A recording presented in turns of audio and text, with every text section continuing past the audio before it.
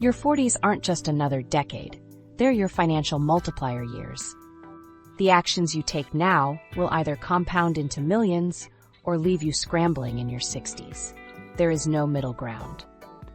In this video, I'll reveal why top financial advisors call your 40s the make or break decade and show you the exact four-part framework that can double or even triple your retirement nest egg compared to the average American. If you're between 35 to 55, the next 12 minutes might be the most important financial content you'll ever watch. Meet Jamal and Katie, two 45-year-olds, two financial futures. Let's meet Jamal and Katie, two 45-year-olds with eerily similar backgrounds, but financial futures that couldn't be more different. Both earn the same salary, $120,000 a year. Both graduated from college around the same time.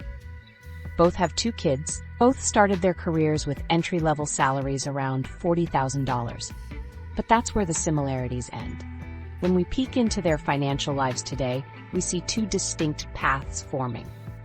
Katie is on track to retire comfortably at 58 with over $2.7 million in savings. Jamal? He's looking at working well into his 70s with a projected retirement nest egg of just $680,000. That's a staggering $2 million difference by age 65. How did two people with identical earning potential end up in such different places? It wasn't a lottery win or a massive inheritance that created this gap. It was a series of seemingly small decisions made throughout their 40s, decisions that compound dramatically over time. Think about it like this. If you're driving from New York to Los Angeles and adjust your direction by just 1 degree at the beginning of your journey, you'll end up hundreds of miles off course by the end. Your 40s work the same way financially. Small course corrections now create massive differences 20 years later. Let's break down what's happening with Jamal. He's contributing the standard 10% to his 401k, getting the company match, and feeling pretty good about it. He's gotten comfortable with his lifestyle, enjoys his annual vacations, and his kids attend good schools. On paper, he's doing fine. He's not racking up credit card debt, and he's making his mortgage payments on time. He represents what most Americans consider responsible financial behavior. Katie, on the other hand, has transformed her approach to money in her 40s. She negotiated a 15% salary increase 3 years ago and funnels that entire raise into investments. She lives in a slightly smaller house than she could afford. She drives a reliable but not flashy car. And most importantly, she's saving 25% of her income across various tax-advantaged accounts.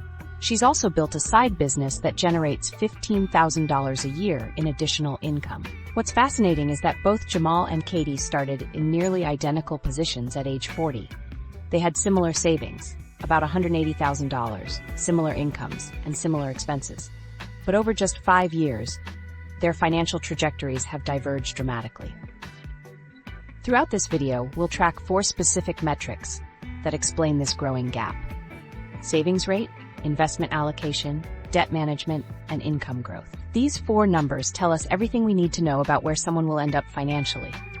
Jamal maintains a 10% savings rate, has a scattered investment approach with fees averaging 1.2%, carries a mortgage plus some car debt, and sees income growth of about 3% annually, just keeping pace with inflation. Katie maintains a 25% savings rate, has a strategic investment allocation with fees under 0.3%, is accelerating her mortgage payoff while avoiding other debt, and has grown her income by 5 to 7% annually through both her career and side business. Here's the truth that financial advisors don't emphasize enough.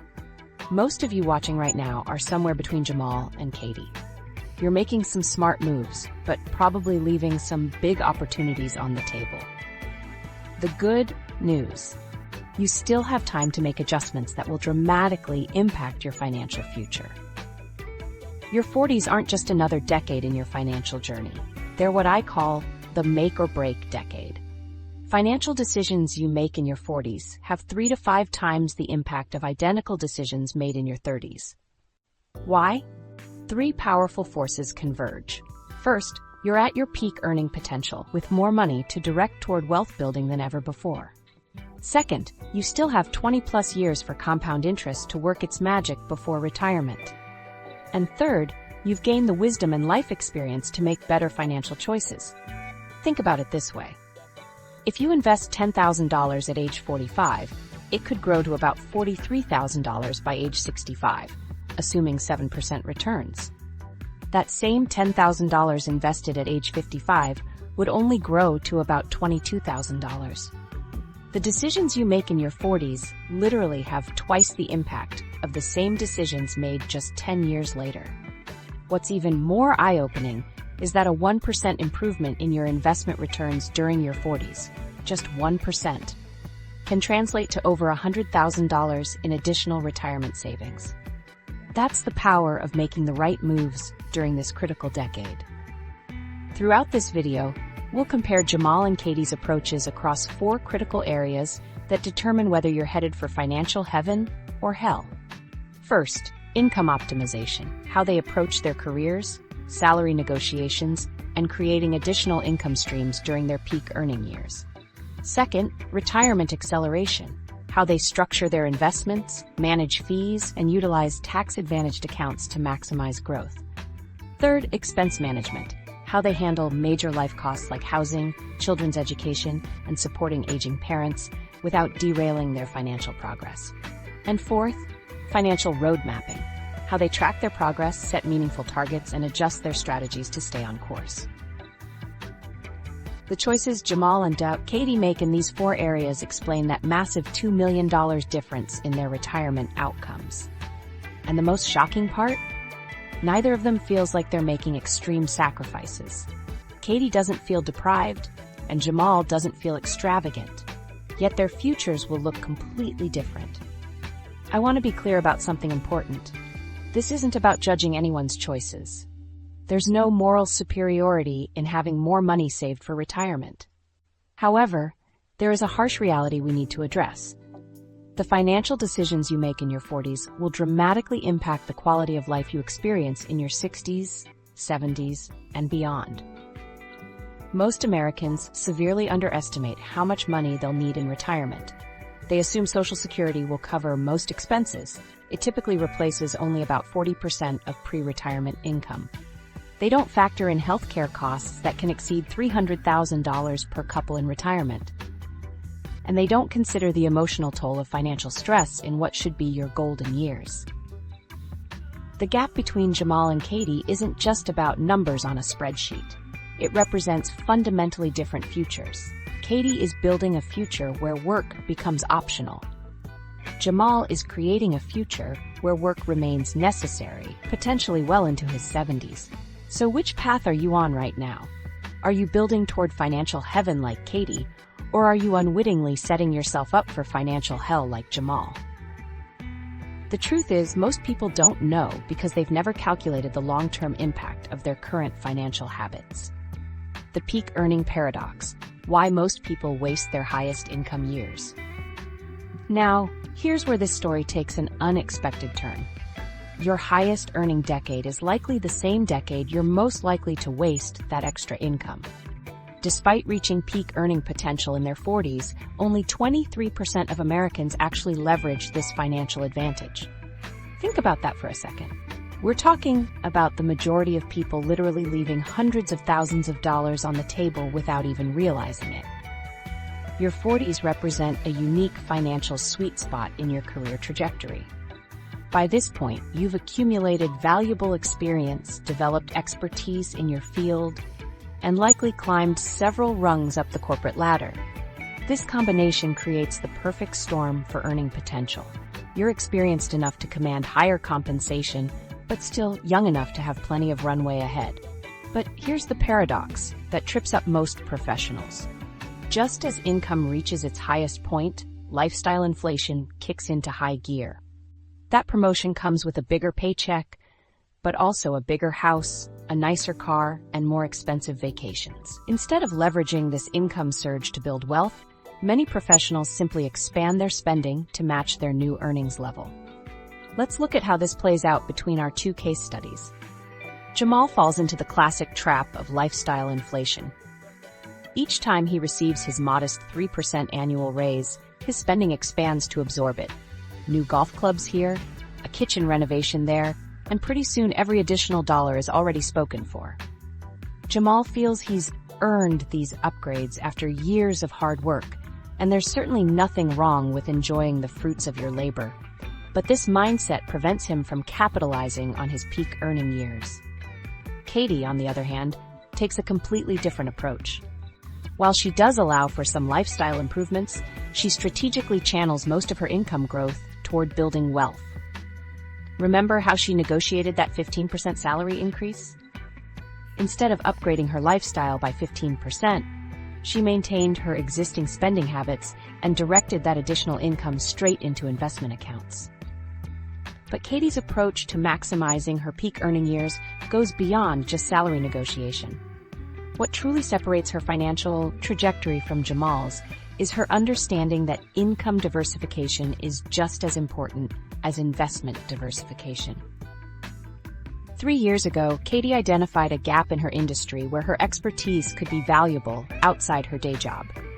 She started a modest consulting business, working just 5 to 10 hours weekly, advising smaller companies that couldn't afford a full-time executive with her skill set. This side business now generates $15,000 annually, income that goes directly into accelerating her wealth-building plans. Jamal, meanwhile, remains entirely dependent on his single source of income. When his company went through restructuring last year, he spent months anxious about potential layoffs with no backup plan for income replacement. This highlights another advantage of Katie's approach: income security through diversification. What makes the 40s particularly dangerous from a financial psychology perspective is the sense of establishment that often sets in. By this age, many professionals have achieved a certain level of career success and stability. This can create a dangerous complacency where the hunger for advancement that characterized their 20s and 30s begins to fade. This complacency manifests in surprising ways.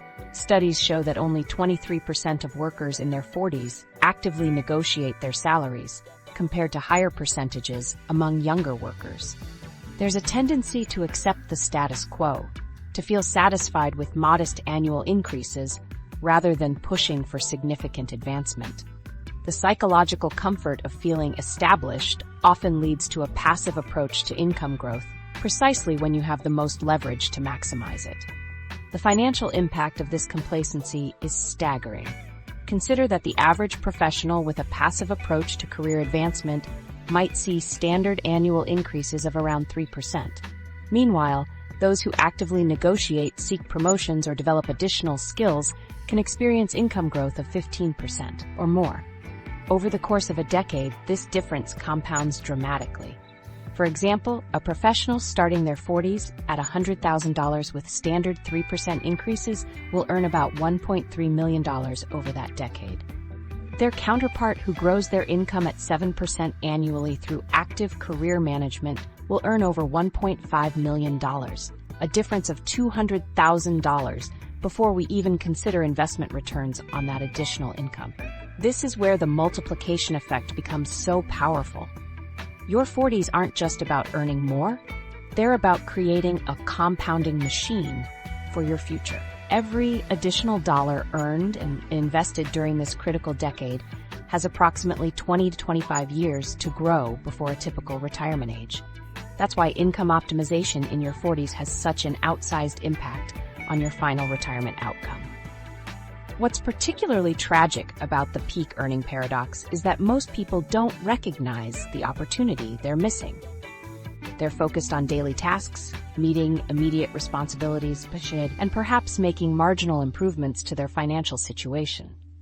But they fail to see the decade from a strategic perspective, as possibly their last major opportunity to dramatically change their financial trajectory.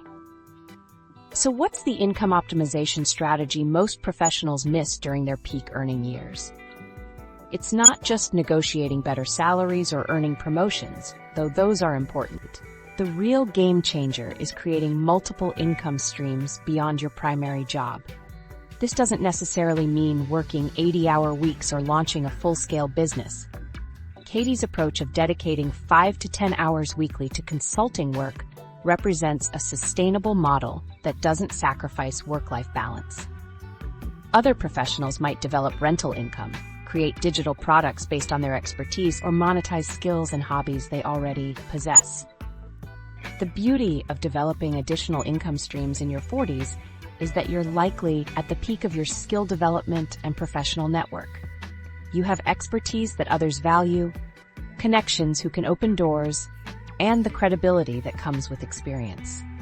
These advantages make your 40s the ideal time to leverage your primary career into additional income opportunities. When you combine aggressive income optimization with disciplined savings habits, the effect on retirement planning becomes transformative. Every additional dollar of income that Katie generates and invests accelerates her timeline to financial independence. Meanwhile, Jamal's single income strategy and lifestyle inflation ensure he'll need to work well into his traditional retirement years. The 40s savings target: why the standard advice is dangerously wrong. There's a shocking disconnect between what financial experts recommend about saving for retirement and what most Americans actually need to do in their 40s. That widely accepted 10 to 15% savings target, the one plastered across virtually every retirement planning article, is based on assumptions that simply don't apply to most people in their 40s today. If you're following this standard advice, you might be heading straight for a retirement crisis, not the financial freedom you're hoping for. Let's be real about what conventional wisdom tells us. Financial advisors have been recommending for decades that individuals save 10 to 15% of their income for retirement. This advice is so common that it's practically financial gospel. Financial institutions, retirement calculators, and most personal finance books all echo this same percentage range as the golden ticket to retirement security. But here's the problem with this standard advice. It's built on a crucial assumption that most people miss. That 10 to 15% savings rate assumes you started saving consistently in your 20s and haven't had any major financial disruptions along the way. It assumes a perfect financial journey that almost nobody actually experiences. Look at Jamal's situation.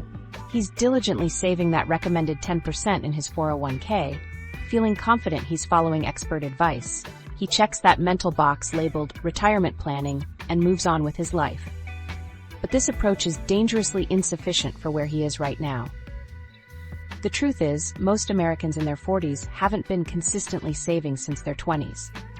Life happens. Student loans, housing costs, starting families, career changes, and economic downturns have all interrupted the idealized saving journey. According to research, the median American at age 45 has less than 1 times their annual salary saved for retirement. That's nowhere near enough. Financial experts say that by age 45, you should ideally have 3 to 4 times your annual salary already tucked away. By 50, that target jumps to 3.56 times your salary, according to T. Rowe Price. These benchmarks might sound intimidating, but they reflect the mathematical reality of what it takes to replace your income in retirement.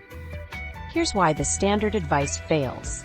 If you're starting from behind or playing catch-up in your 40s, that 10 to 15% savings rate simply won't close the gap. It's like trying to fill a swimming pool with a garden hose when the deep end is already dry. You need a fire hose to make meaningful progress. This is where Katie's approach proves so effective. Instead of settling for the standard 10 to 15% savings rate, she implements what financial experts call a catch-up savings strategy by saving an aggressive 25% of her income. This isn't just about contributing to a 401k, it's a comprehensive approach that prioritizes retirement savings across multiple vehicles. Katie's strategy works because she's living below her means despite her increasing income. While her peers upgrade their lifestyles with each raise or bonus, she maintains reasonable spending and diverts the additional money toward her retirement goals. When she negotiated that salary increase, she immediately increased her retirement contributions rather than her spending. The math is compelling. By implementing this aggressive savings strategy in her 40s, Katie is not just catching up, she's pulling ahead. The compounding effect of these elevated contributions means each additional percentage point saved now has a dramatic impact on her retirement balance in 20 years. For anyone in their 40s who hasn't been saving consistently since their 20s, expert recommendations indicate you should aim to save 20 to 30% of your income to secure a comfortable retirement. This isn't arbitrary, it's what the math demands if you want to close the savings gap. I know what you're thinking. 20 to 30% of my income, is that even possible? It sounds daunting at first glance, but case studies show that individuals who successfully increased their savings rates in their 40s implemented specific strategies to make it happen. The first strategy is living below your means. Not just slightly, but significantly. This doesn't mean an austere existence, but rather making intentional choices about what truly matters. The second is maximizing contributions to all available retirement accounts, not just reaching the minimum for an employer match. The third is preparing to take advantage of catch-up contributions once you hit 50, which allows you to contribute even more to retirement accounts. Look at it this way. Your 40s represent your last major opportunity to make meaningful progress toward retirement security. Every percentage point you can add to your savings rate now will have a significant impact on your financial freedom timeline. Waiting until your 50s to get serious about retirement saving means missing out on critical years of compound growth. The financial industry has done us a disservice by promoting that one-size-fits-all 10 to 15% rule. Your actual savings target should be based on where you are right now, not where some idealized saver would be. If you're behind on retirement savings, you need a more aggressive approach, period. What's fascinating is that increasing your savings rate has a double benefit. Not only does it boost your retirement savings directly, but it also trains you to live on less, which means you'll ultimately need less money to maintain your lifestyle in retirement. Each additional percentage point you save today reduces your required retirement nest egg tomorrow. This is where Jamal's approach creates a dangerous illusion of security. By following standard advice that's not calibrated to his actual situation, he's setting himself up for a rude awakening. That 10% savings rate might be enough if he had started seriously saving in his 20s and never stopped, but for where he is now, it's woefully inadequate. Katie understands something critical that Jamal doesn't. Your savings rate isn't just a financial decision, it's the single most powerful lever you have to control your future. Income matters, investment returns matter, but nothing impacts your retirement outcome more directly than how much of your income you're saving. So what does this mean for you? If you're in your 40s, you need to take a hard look at your current savings rate and retirement progress. Are you on track to have 3 to 4 times your annual income already saved? If not, the standard 10 to 15% savings rate simply won't get you where you need to go. This isn't about deprivation or punishment. It's about making up for lost time in the most efficient way possible. Remember, you can't borrow for retirement. There's no retirement loan program or financial aid. The only resources you'll have are what you've managed to save and invest, plus whatever Social Security provides, which, as we've discussed, won't be enough on its own. The good news is that your 40s are typically your highest earning years, which means you have more capacity to save now than you've ever had before. By implementing an aggressive savings strategy like Katie's, the investment allocation shift, the critical move most 40-year-olds miss.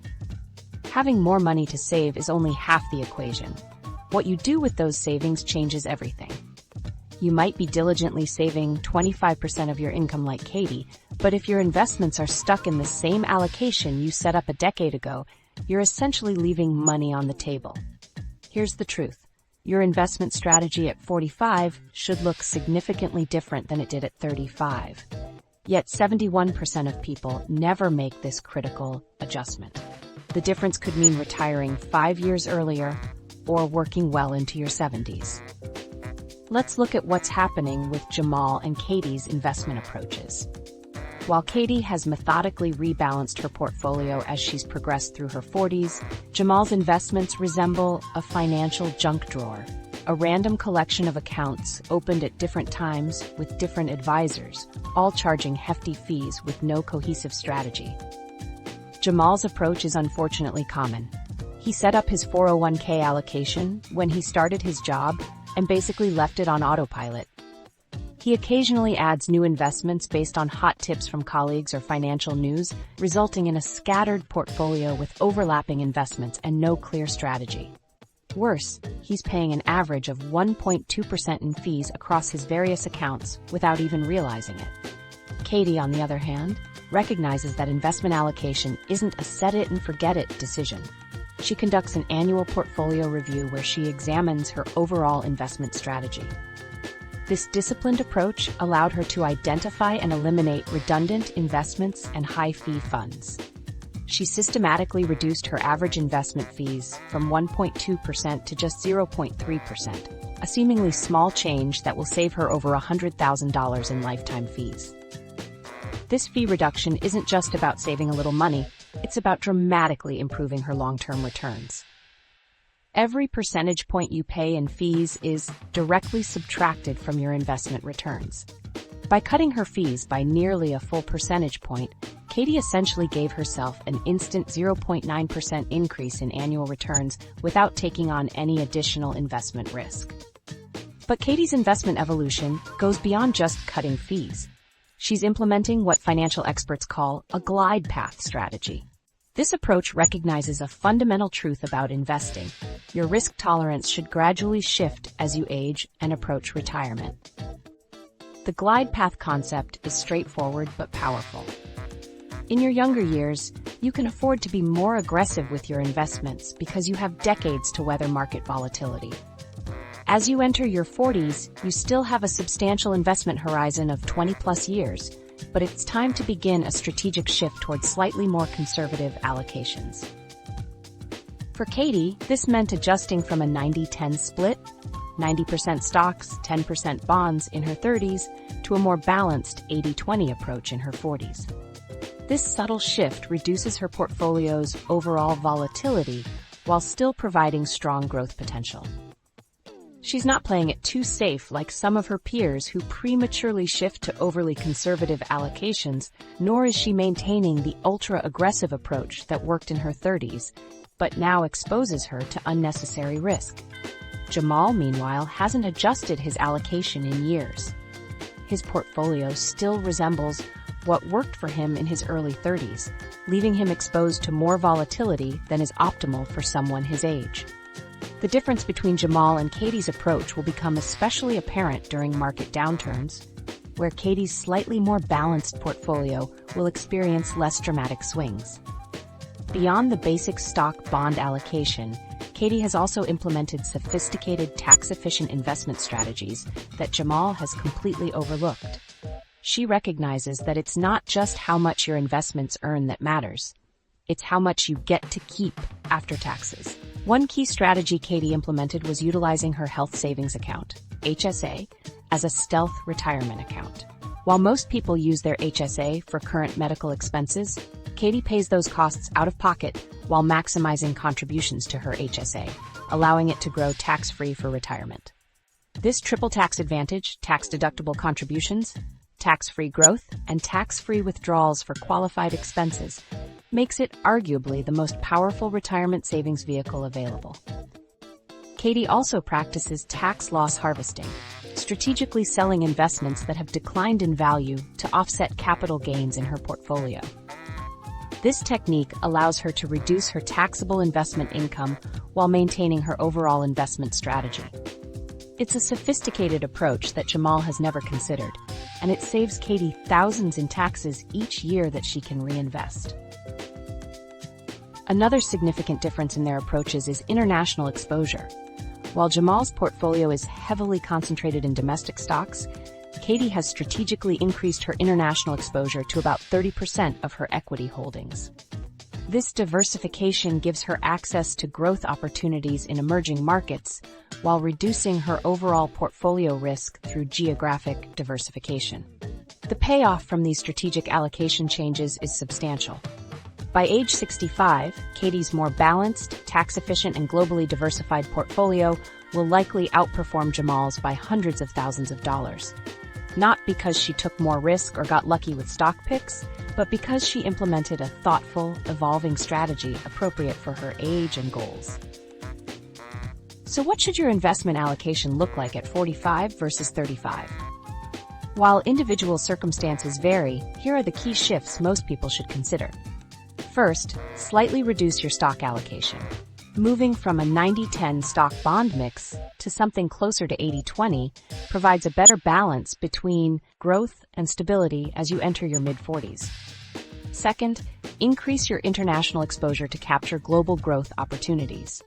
Aim for about 30% of your equity holdings in international markets, including both developed and emerging economies. Third, prioritize tax efficiency by strategically placing different investments in the right account types. Keep tax-inefficient investments like bonds and REITs in tax-advantaged accounts, while holding tax-efficient investments like index funds in taxable accounts. Fourth, consider adding small allocations to alternative asset classes that weren't appropriate earlier in your career.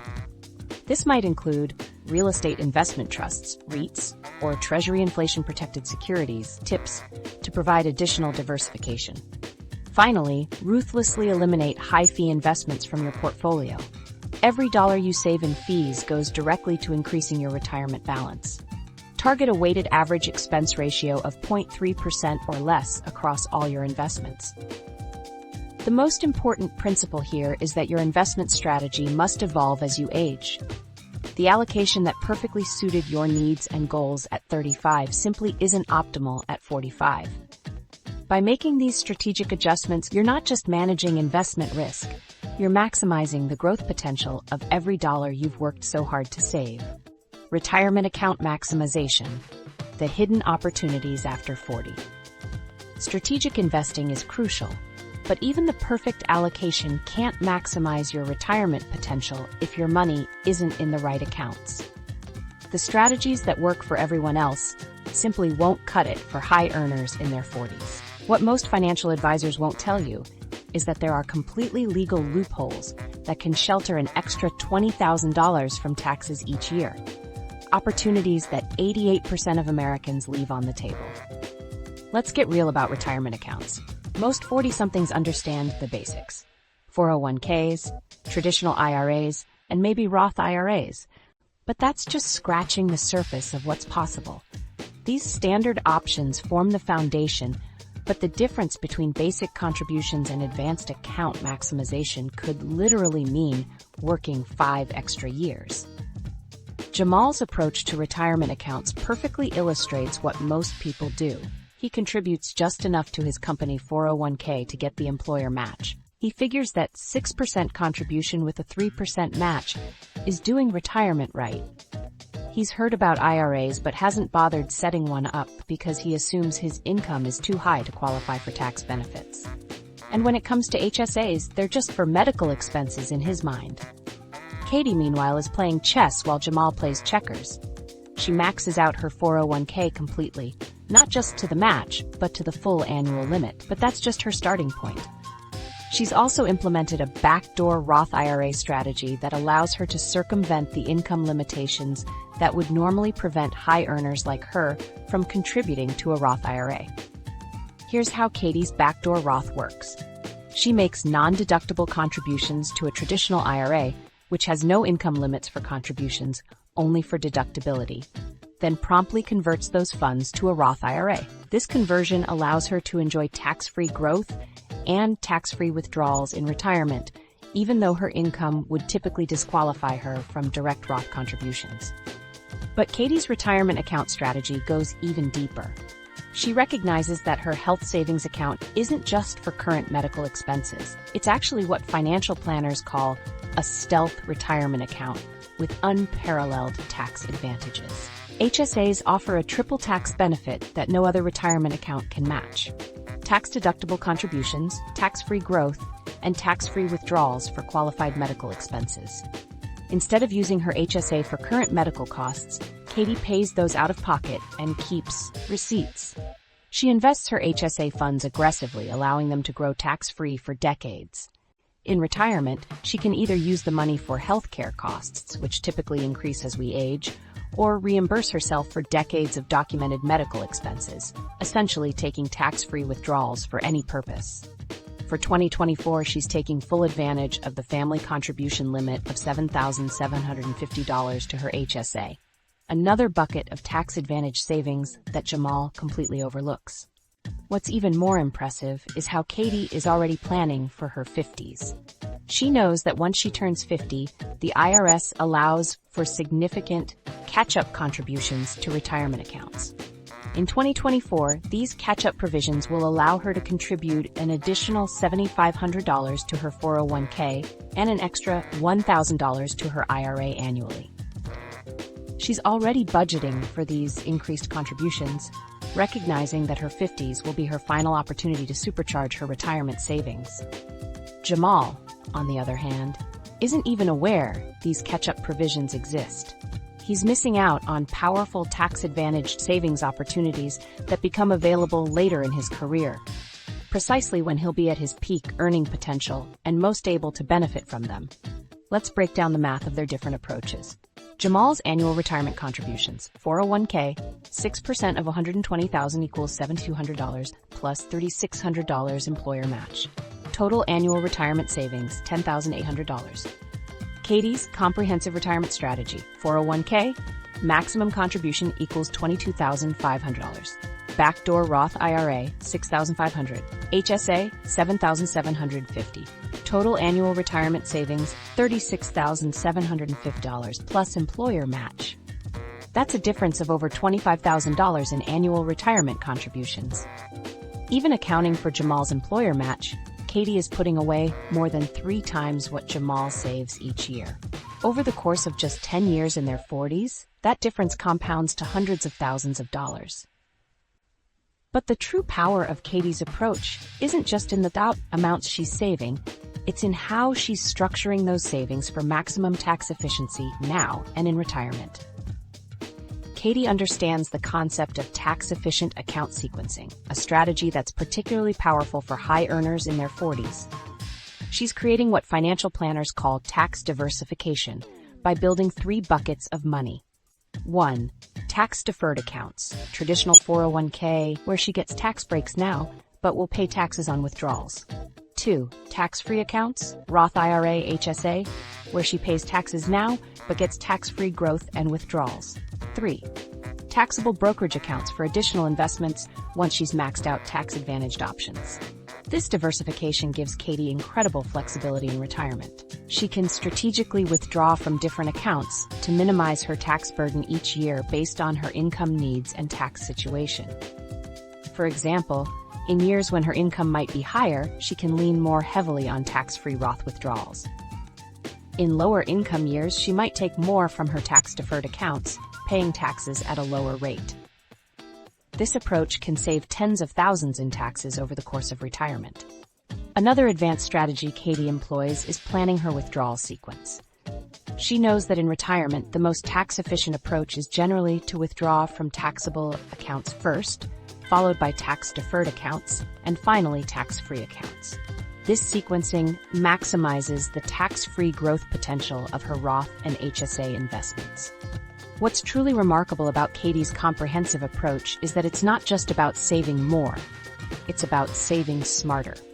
By maximizing every available tax-advantaged account and implementing strategies like the backdoor Roth IRA, she's effectively giving herself a raise by reducing her tax burden, both now and in retirement. The payoff for this strategic approach?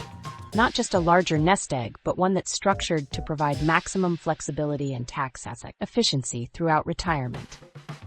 These advanced retirement account maximization techniques, particularly tax-efficient account sequencing and backdoor Roth strategies, are game changers, specifically for high earners in their 40s who need to make up for lost time or accelerate their path to financial independence.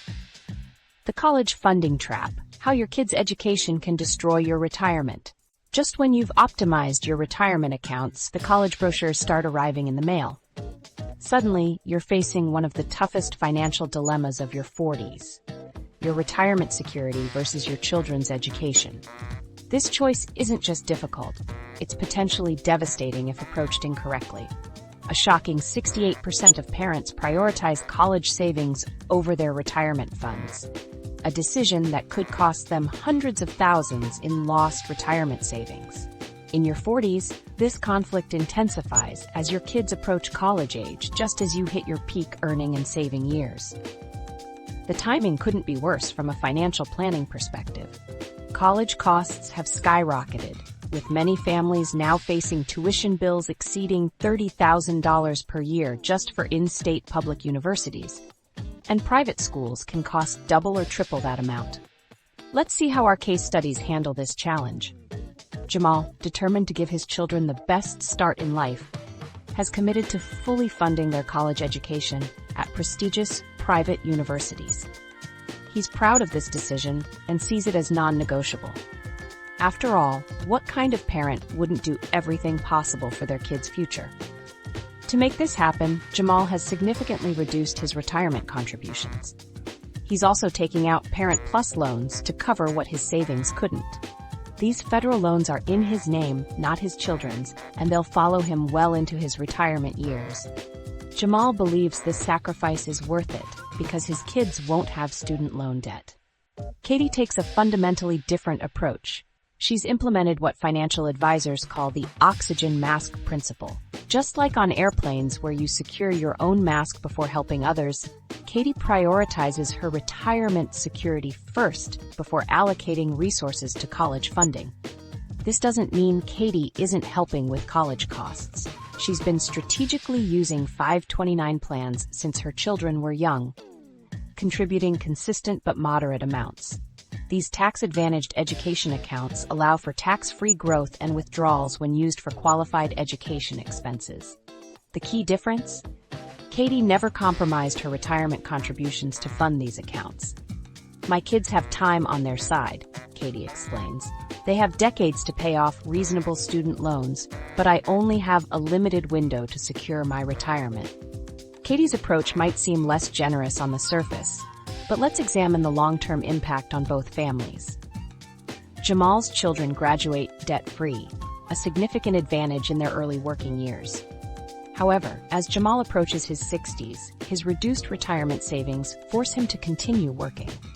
The Parent Plus loans still drain his monthly budget, and he starts to worry about becoming a financial burden on his children later in life. Katie's children graduate with moderate student loan debt, but nothing excessive or unmanageable. They develop financial responsibility by having skin in the game, while Katie maintains her path to retirement security. Her children won't face the prospect of supporting their parents financially in their 70s and 80s. This reveals an uncomfortable truth that many parents in their 40s don't want to hear. Your children can borrow for college, but you cannot borrow for retirement. There are no retirement loans or financial aid packages for your golden years. When we dig deeper into Jamal's decision-making process, we see how emotional this choice was for him. Like many parents, he equated fully funding college with being a good parent. He never seriously considered alternatives or calculated the long-term impact on his retirement security. Katie, in contrast, had candid conversations with her children about college answers from an early age. She was transparent about what she could contribute and helped them understand the value of considering schools with strong financial aid programs or merit scholarships. Together, they researched universities where their academic profiles might qualify them for substantial scholarships. This strategic approach led Katie's children to choose schools that offered excellent value rather than simply pursuing brand-name institutions. One child received a significant merit scholarship to a respected state university, while the other attended a private college that offered generous, need-based aid. The financial outcomes were dramatically different. Jamal's children attended universities costing over $60,000 per year, with Jamal covering nearly the entire amount through a combination of savings and loans. Katie's children attended universities with similar educational quality, but at an effective cost of under $20,000 per year after scholarships and financial aid, with Katie contributing about half from 529 plans and the children taking modest loans for the remainder. Case studies like these aren't unusual. Parents who take a balanced approach to college funding often find their children benefit more in the long run. These children aren't burdened by their parents' financial struggles later in life and learn valuable financial responsibility during their college years. This balanced approach extends beyond just choosing affordable schools. Katie also encouraged her children to earn college credits in high school through AP courses and dual enrollment programs, reducing their time to degree completion. Apply for external scholarships, treating scholarship applications as a part-time job. Work part-time during the school year and summers to cover personal expenses. Consider starting at a community college for prerequisite courses before transferring to a 4-year institution. Each of these strategies chipped away at the overall cost without compromising educational quality. Meanwhile, Jamal missed opportunities to maximize financial aid by keeping college funds in the wrong types of accounts. He also failed to leverage tax benefits like the American Opportunity Tax Credit because his income was too high, another factor Katie considered in her planning. What's particularly interesting is how Katie's approach affected her relationship with her children. Rather than creating resentment, her transparent communication about financial boundaries actually strengthened their relationship and taught her children valuable lessons about financial planning. Jamal's children, while grateful for his generosity, remained unaware of the financial strain he was under and the retirement security he sacrificed. So, how can you balance college funding without sacrificing your retirement?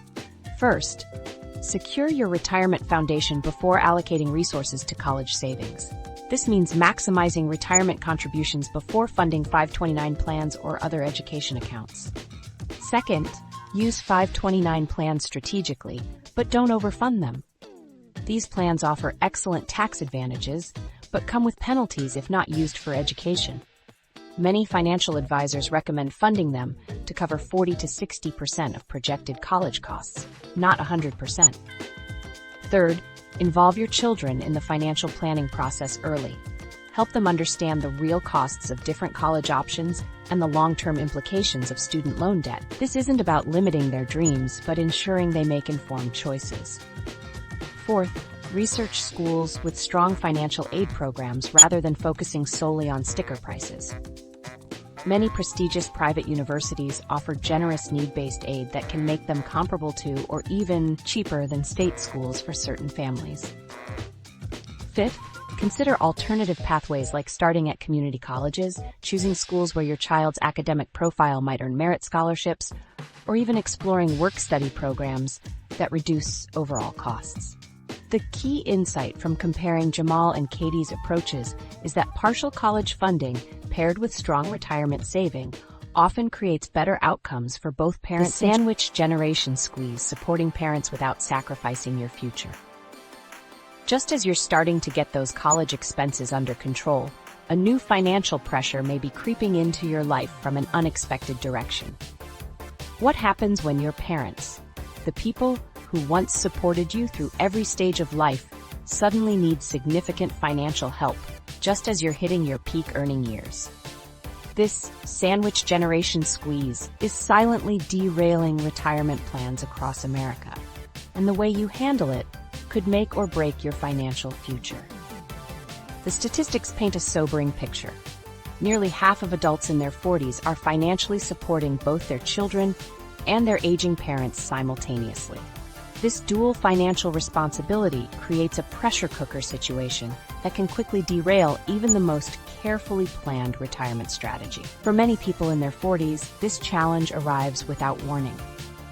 One day, you're focused on your career and getting your kids through college, and the next, you're fielding calls about your mom's increasing medical bills or your dad's inability to maintain their home. This is exactly what happened to Jamal, who found himself completely unprepared when his father suffered a stroke. "I never saw it coming," Jamal confessed. "One emergency call changed everything." Without any prior planning, Jamal started covering his father's medical expenses that weren't covered by Medicare. What started as a few $1,000s quickly ballooned to over $30,000 annually as his father needed increasing levels of care. Because there had been no conversations about long-term care insurance or financial boundaries, Jamal found himself dipping into his retirement accounts to cover these unexpected costs. Katie, on the other hand, had witnessed this scenario play out with friends and coworkers. Years before her parents needed assistance, she initiated what she called the future care conversation. While initially uncomfortable, these discussions allowed her family to develop a proactive strategy instead of a reactive emergency response. The most impactful step Katie took was helping her parents secure long-term care insurance while they were still in their 60s and in good health. The premiums were significantly lower because we didn't wait until they were in their 70s, Katie explained. This single decision saved her family tens of thousands of dollars when her mother later required in-home care services. The contrast between Jamal and Katie's approaches shows up most dramatically in how they handle ongoing financial support. Jamal, driven by guilt and genuine concern, made open-ended financial commitments to his parents. "Whatever you need, I'll find a way to cover it," became his mantra, even as this promise strained his own financial stability and created tension in his marriage. Katie established clear financial boundaries from the beginning. She determined exactly how much support she could provide without endangering her own retirement and communicated this transparently to her parents. "I can contribute $500 monthly toward your housing costs, but I've also researched these government programs that can help with the remainder," represents her more structured approach. This boundary setting isn't about being less caring, it's about being realistic. Financial experts consistently recommend this approach because it prevents the damaging ripple effect where one generation's lack of planning destroys the next generation's financial security. The emotional toll of unplanned caregiving extends far beyond dollars and cents. Jamal found himself constantly anxious about money, experiencing sleepless nights and increasing health problems of his own. The stress of juggling work responsibilities with unexpected caregiving duties led to decreased productivity at his job, further threatening his financial stability at a time when he needed income most. "I feel trapped between competing responsibilities," Jamal admitted. "I'm constantly worried I'm failing someone, my parents, my kids, or my future self." This emotional burden is rarely discussed but represents a significant hidden cost of the sandwich generation squeeze. Katie's experience demonstrates another crucial strategy, involving siblings in caregiving responsibilities. While Jamal shouldered the entire financial and logistical burden alone, despite having 2 siblings, Katie coordinated a family meeting where responsibilities were divided according to each sibling's capacity. Her brother, who lived closest to their parents, handled weekly check-ins and doctor appointments. Her sister, who had a flexible remote job, managed paperwork and insurance claims. Katie, with her financial expertise, handled money management and contributed her agreed-upon monthly amount. This distributed approach meant no single person bore the entire burden. The siblings created a shared digital calendar and expense tracking system, ensuring transparency and preventing resentment. They scheduled quarterly care calls to assess how the arrangement was working and make adjustments as their parents' needs evolved. Beyond direct financial assistance, Katie found creative ways to help her parents maintain independence longer. She researched property tax relief programs for seniors in their area, connected them with community transportation services, and helped them downsize to a more manageable home before a crisis forced the issue. These proactive steps significantly reduced the financial burden on everyone involved. Perhaps the most important difference between these approaches was timing. Jamal's reactive strategy meant constantly playing catch-up, making high-stakes decisions under emotional duress. Katie's proactive planning created a clear roadmap before any health crisis occurred, allowing for more thoughtful economical solutions. The payoff? What's the biggest financial mistake people make when supporting aging parents? Failing to have proactive financial conversations before health crises occur. These uncomfortable discussions about long-term care insurance, inheritance expectations, and financial boundaries aren't just about money. They're about preserving dignity and relationships while protecting multiple generations' financial security. As one financial advisor put it, the families who navigate this challenge successfully are almost always those who had the difficult conversations years before the actual need arose. These conversations should include practical matters like, where are important financial documents located? What insurance policies exist, and what do they cover? What are your parents' wishes regarding long-term care? What financial resources do your parents have, and how long will they last? Who will make financial decisions if your parents become incapacitated?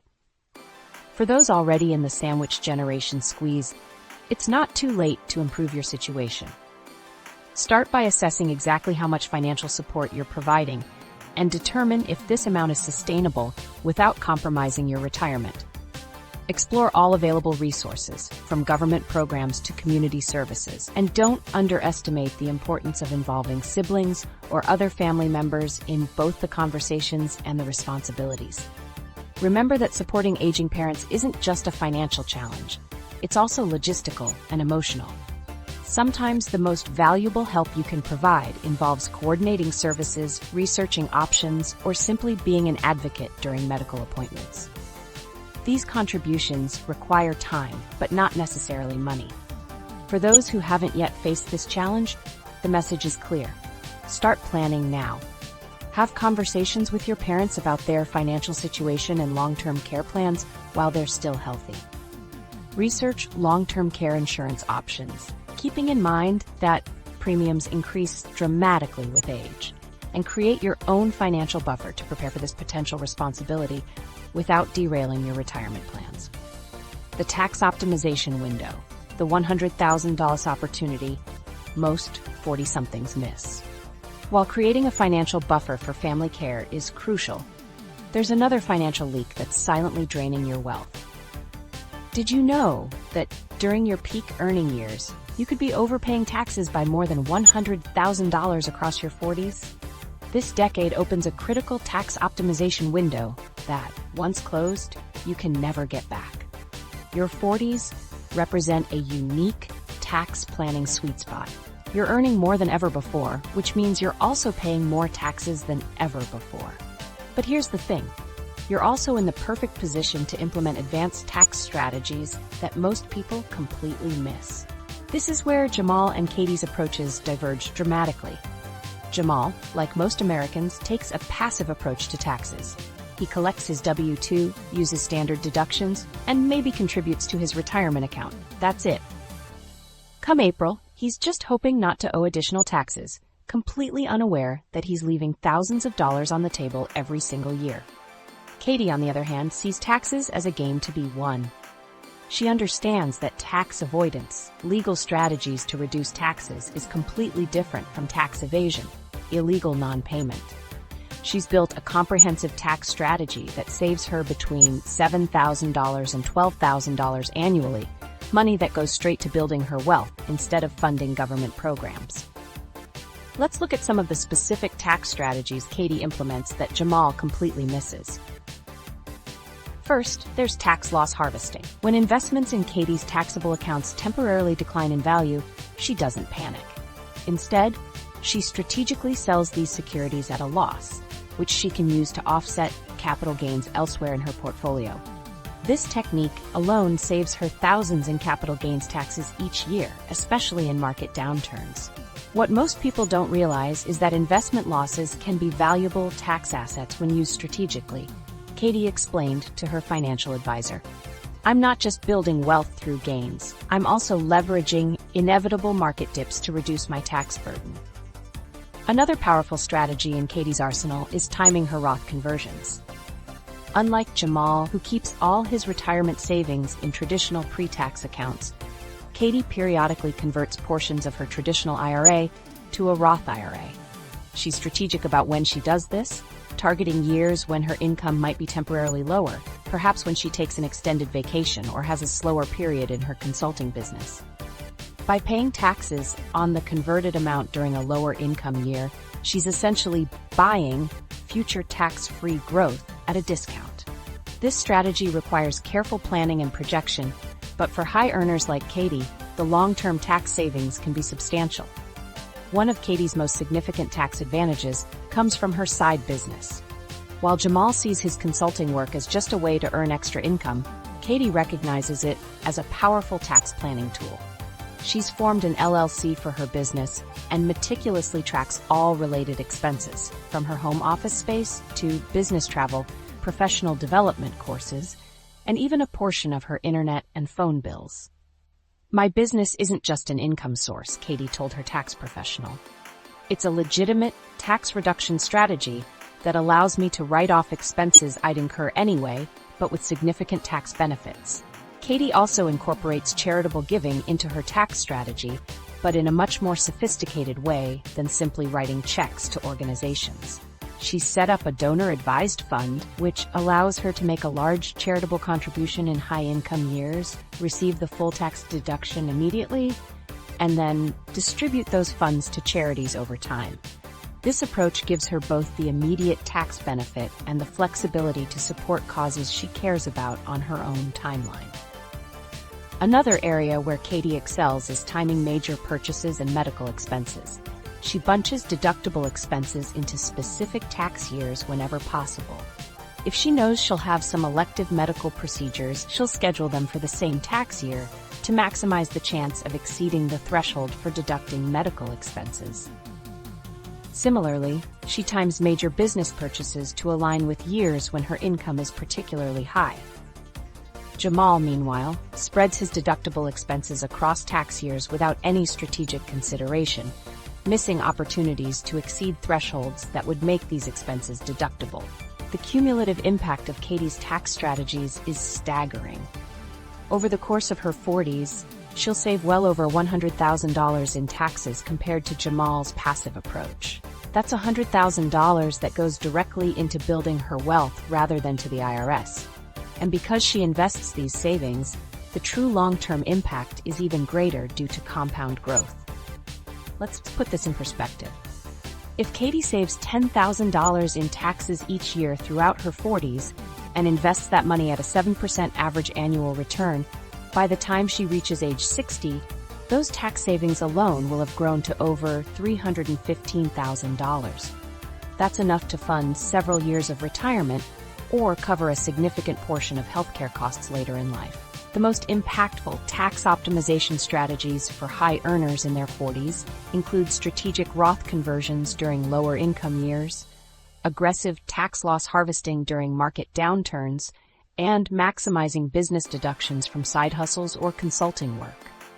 These aren't obscure loopholes, they're completely legitimate strategies built into the tax code that most people simply don't utilize.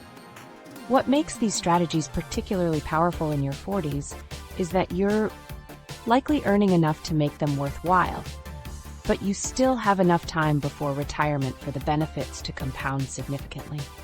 It's truly a critical window that, once closed, can never be recaptured. The psychological aspect of tax planning is also worth noting.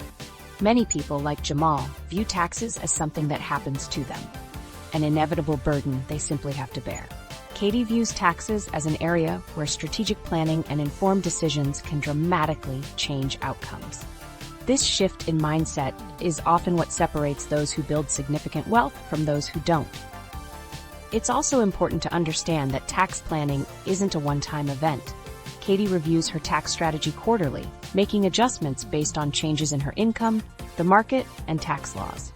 This regular attention ensures she's always optimizing her approach and can pivot quickly when circumstances change.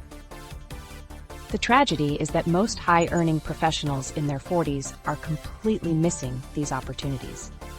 They're busy with careers and families, and tax planning beyond the basics often falls by the wayside. Many assume their accountant is handling everything optimally, when in reality, most tax preparers are focused on compliance rather than proactive planning. For those in their peak earning years, implementing even a few of these strategies can make a six-figure difference over time. The key is to stop thinking about taxes as simply an annual form filing exercise and start viewing them as a crucial component of your overall wealth-building strategy. The Financial Freedom Roadmap, the 3 critical metrics that determine your path. Tax optimization builds wealth faster, but without knowing where you're headed, you're just accumulating money with no real purpose. While most people anxiously check their 401k balances, they're missing what truly matters. The wealthiest individuals in their 40s don't obsess over account balances. They track something far more powerful. Here's what's fascinating. 92% of financially successful people in their 40s religiously monitor 3 specific metrics every month. These aren't complicated formulas requiring an economics degree. They're straightforward calculations that act like a financial GPS, showing exactly where you stand on your journey to freedom. Let's compare our two 45-year-olds again. Jamal occasionally logs into his 401k portal when he remembers, usually after watching a scary news segment about retirement. He has a vague notion of wanting to retire someday with enough money. But what does enough actually mean? Jamal couldn't tell you. He's saving without a destination. Katie, meanwhile, has transformed fuzzy retirement dreams into crystal-clear targets. Every month, she updates 3 specific numbers that give her complete visibility into her financial future. These metrics aren't just numbers on a spreadsheet, they're her roadmap to freedom.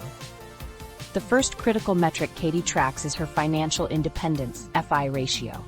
This powerful number instantly shows how close she is to financial freedom. It's calculated by dividing her current net worth by her financial independence number, the amount needed to sustain her lifestyle without working. Here's how Katie figured out her FI number. She tracked her annual expenses, which came to $70,000 for her family. Using the widely accepted 4% withdrawal rule, she multiplied that by 25, giving her a target of $1.75 million. This represents the investment portfolio she needs to generate enough passive income to cover her expenses indefinitely. With her current net worth of $875,000, Katie's FI ratio is 0.5, or 50%. In other words, she's halfway to financial freedom. This single number tells her more about her progress than any account balance could. It connects her savings directly to her lifestyle goals. Jamal, on the other hand, has never calculated his FI number. He has no idea how much he actually needs to retire comfortably, or how close he is to that target. He's driving without a map or destination. The second metric Katie monitors monthly is her income replacement percentage. This shows what portion of her current income could be replaced by passive income sources in retirement. Financial experts typically recommend aiming to replace 70 to 80% of your pre-retirement income to maintain your lifestyle. Katie's strategy includes building multiple income streams that will continue flowing after she stops working. Dividends from her investment portfolio, rental income from a small property, and royalties from a digital product she created through her side business. She currently has passive income sources that would cover about 35% of her needs in retirement. Every month, she tracks how this percentage grows as she reinvests dividends, pays down the mortgage on her rental property, and expands her digital product offerings. This metric keeps her motivated because she can literally watch her financial independence grow month by month. Jamal, meanwhile, has no passive income sources outside his 401k. He hasn't considered how his investments will actually translate into monthly income when he stops working. He's focused solely on accumulation without a clear understanding of how that money will support him later. The third and perhaps most powerful metric Katie tracks is her financial freedom date. Based on her current savings rate, investment returns, and passive income growth, Katie can project exactly when she'll reach 100% financial independence. Her current target date is June 15, 2035, just before her 57th birthday. This date isn't set in stone. It shifts based on her financial decisions, market performance, and lifestyle choices. After a particularly good investment year or bonus, she might see her freedom date move closer by a few months. If she decides to increase her planned retirement spending, the date might push further out. The magic of having a specific financial freedom date is that it makes abstract financial decisions concrete. When Katie considers a large purchase, she can literally see how many days, weeks, or months it adds to her working life. Suddenly, that luxury car doesn't seem worth postponing freedom for an extra 8 months. Jamal has no idea when he might be able to retire. His strategy is simply to work until he can't anymore, and then hope his savings will be sufficient. Without a target date, his financial decisions lack context. He can't connect today's spending with its impact on his future freedom. These three metrics, FI ratio, income replacement percentage, and financial freedom date, create a powerful feedback loop for Katie. They transform abstract financial concepts into concrete milestones. Each purchasing decision, investment choice, and career move can be evaluated against its impact on these numbers. What's particularly valuable about these metrics is how they work together. The FI ratio shows where Katie stands today. The income replacement percentage reveals how her passive income machine is developing. And the financial freedom date gives her a countdown timer to independence. The psychological impact of tracking these numbers is profound. Research shows that people who monitor specific financial metrics are significantly more likely to achieve their goals than those who don't. It's like the difference between saying, "I want to get in shape," versus tracking your daily steps, workouts, and measurements. Most importantly, these metrics transform financial planning from a vague, intimidating concept into a simple monthly habit. Katie spends just 15 minutes at the beginning of each month updating her numbers. This ritual keeps her focused and motivated, especially during market downturns when many investors panic and make poor decisions. For Katie, watching her FI ratio climb from 20% to 30% to 40% and beyond provides a sense of progress that simply watching an account balance can't match. It connects her daily financial choices directly to her ultimate goal of freedom. And here's a surprising benefit. Tracking these metrics often leads to accelerated progress. When Katie sees that increasing her savings rate by just 2% could move her financial freedom date forward by 7 months, it's easy to find that extra savings. The metrics create a game-like experience where each financial win brings tangible rewards. Ready to implement these metrics yourself? Start by calculating your FI number. Multiply your annual expenses by 25 using the 4% rule. Then divide your current net worth by that number to find your FI ratio. Next, identify your current passive income sources and determine what percentage of your expenses they could cover. Finally, use an online calculator to determine your financial freedom date based on your current savings rate and expected investment returns. The difference between vague retirement dreams and a precise financial roadmap isn't just about better planning, it's about empowerment. Jamal feels anxious about his financial future because he lacks clarity. Katie feels confident because she knows exactly where she stands and what she needs to do next. Case studies consistently show that individuals who monitor these three metrics regularly are significantly more likely to reach their financial goals than those who don't. The act of measurement itself 20-year revelation, accountability, and motivation that drive financial metrics aren't just boring numbers on a spreadsheet. They're actually crystal balls that predict your financial future. Those percentage points Katie diligently tracks aren't just academic exercises. They're shaping her destiny in dramatic ways. When we look at where our two 45-year-olds end up after 2 decades, the contrast becomes painfully clear. Fast forward to age 65, and the financial universe has delivered its verdict. Katie sits comfortably with her $2.7 million nest egg, while Jamal stares at his $680,000 balance, wondering how it will possibly last. This $2 million gap didn't happen by accident. It was manufactured by hundreds of small decisions compounding over time. But the difference goes far beyond just numbers. Katie actually retired at 58, 7 years before traditional retirement age. Meanwhile, Jamal is looking at working well into his 70s just to maintain a basic standard of living. That's not just a financial difference, it's a fundamentally different life experience. What's particularly striking is that both started from nearly identical positions in their early 40s. Same salary, same basic life circumstances. But Katie understood something critical that Jamal missed. Tracking the right metrics creates accountability that drives better decisions day after day, year after year. The real eye-opener comes when we examine their lifestyle realities. Katie enjoys the freedom to travel extensively, pursue passion projects, and spend quality time with family. She's created multiple income streams. Her investments generate reliable passive income, her side business continues producing revenue with minimal time investment, and her retirement accounts provide solid financial backing. Jamal's reality looks dramatically different. Recent studies show that 51% of retirees report their expenses in retirement are higher than they anticipated. Jamal is living this statistic in real time. With insufficient savings and no passive income sources, he's forced to continue working part-time jobs that drain his energy rather than fuel his passions. The health issues that typically emerge in one's late 60s make this continued work increasingly difficult. What's fascinating is that despite identical starting salaries, Katie isn't living some extravagant lifestyle that Jamal could never afford. She simply made strategic choices about where her money went during her peak earning years. She invested aggressively when others were increasing their spending. She optimized her taxes when others overpaid. She created clear boundaries around major expenses when others made emotional decisions. The compounding effect of these choices is perhaps most visible in their stress levels. Katie enjoys what financial experts call sleep well at night money, the peace of mind that comes from knowing your financial future is secure.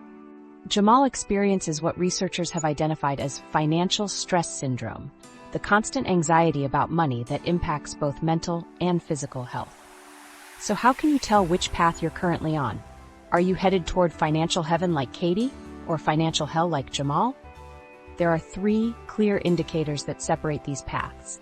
First, your FI ratio should be increasing by at least 5% annually. Remember, this ratio compares your net worth to your financial independence number, the amount needed to support your lifestyle indefinitely. If your ratio isn't growing consistently each year, you're treading water rather than building momentum. A healthy FI ratio indicates that your net worth is building sufficiently to cover your expenses without needing to work. It's the single most important indicator of progress toward financial independence. Katie watches her FI ratio climb steadily from 50% to 100% and beyond, while Jamal's barely inches forward. Second, your savings rate needs to exceed 20% if you want to reach financial independence before traditional retirement age. This is significantly higher than the standard advice, but the math doesn't lie. According to financial benchmarks, individuals in their 40s should aim to have saved 3 times their annual salary, while those in their 50s should target 6 times their salary. Most Americans fall dramatically short of these targets. If your savings rate is stuck in the 10 to 15% range, you're essentially choosing Jamal's path by default. Remember, it's not just about the dollar amount. It's about creating the habit of living below your means, even as your income grows. Third, you must have a clear financial freedom date that you're actively working toward. This isn't some vague notion of someday or when I'm 65. It's a specific target date based on your current financial trajectory. Having this date creates urgency and purpose in your financial decisions. Katie used her financial freedom date as a North Star, guiding every major financial decision. When faced with a choice to upgrade her car or invest the difference, she asked herself, will this move my freedom date forward or push it back? This simple question eliminated countless bad financial decisions. The most sobering reality is that most people watching this video are currently on Jamal's path, not Katie's. The statistics don't lie. The majority of Americans in their 40s aren't saving enough, aren't optimizing their investments, and aren't creating the multiple income streams needed for early financial independence. But here's the good news.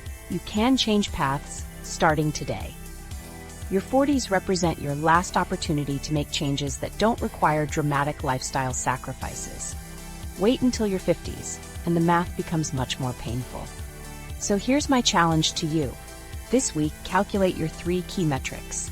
Determine your FI ratio, calculate your true savings rate, including all retirement accounts, and project your financial freedom date based on your current trajectory. These numbers won't lie to you, they'll tell you exactly which path you're on. Then, implement at least one strategy from each of the 4 key areas we've covered. Boost your income through negotiation or side hustle development. Accelerate your retirement savings through account optimization. Create clear boundaries around major expenses like college funding and family support. And build a comprehensive tax strategy that keeps more of your money working for you. The choices you make in your 40s about these 4 areas will reverberate through the rest of your life. 20 years from now, you'll either be thanking yourself for the freedom you created or regretting the opportunities you missed. I want to emphasize something critical. This isn't about becoming wealthy for wealth's sake. It's about creating options and freedom. Katie doesn't have to stress about unexpected healthcare costs that might arise. She doesn't have to worry about supporting her adult children if they face temporary setbacks. She has created what financial experts call optionality, the freedom to choose how she spends her time, energy, and resources. Jamal, despite working just as hard throughout his career, faces a future with dramatically fewer options. Every financial decision becomes stressful because the margin for error is so small. An unexpected expense of $5,000 represents a crisis rather than an inconvenience. The concept of financial independence emphasizes that your net worth should allow you to withdraw a sustainable percentage, commonly 4% annually, without depleting your resources. This rule of thumb demonstrates why Katie can confidently retire while Jamal cannot. Her nest egg can generate sufficient income indefinitely, while his cannot. So here's the truth bomb William Bengen, the creator of the 4% rule, dropped. The timeline of inflation that a retiree experiences when they stop working is as important to their portfolio's endurance as the sequence of investment returns. This perfectly captures why your 40s aren't just another decade. They're your financial multiplier years. The research is crystal clear. People who start serious retirement planning in their 40s build significantly more wealth than those who wait until their 50s. Even a tiny 1% increase in your savings rate during this critical decade can snowball into massive retirement gains. Your 40s represent your last real opportunity to make relatively small changes that create enormous retirement outcomes. The strategies we've covered aren't just nice-to-haves. They're the difference between financial heaven and hell. Studies consistently show that those who engage in deliberate financial planning during this decade experience greater life satisfaction in retirement.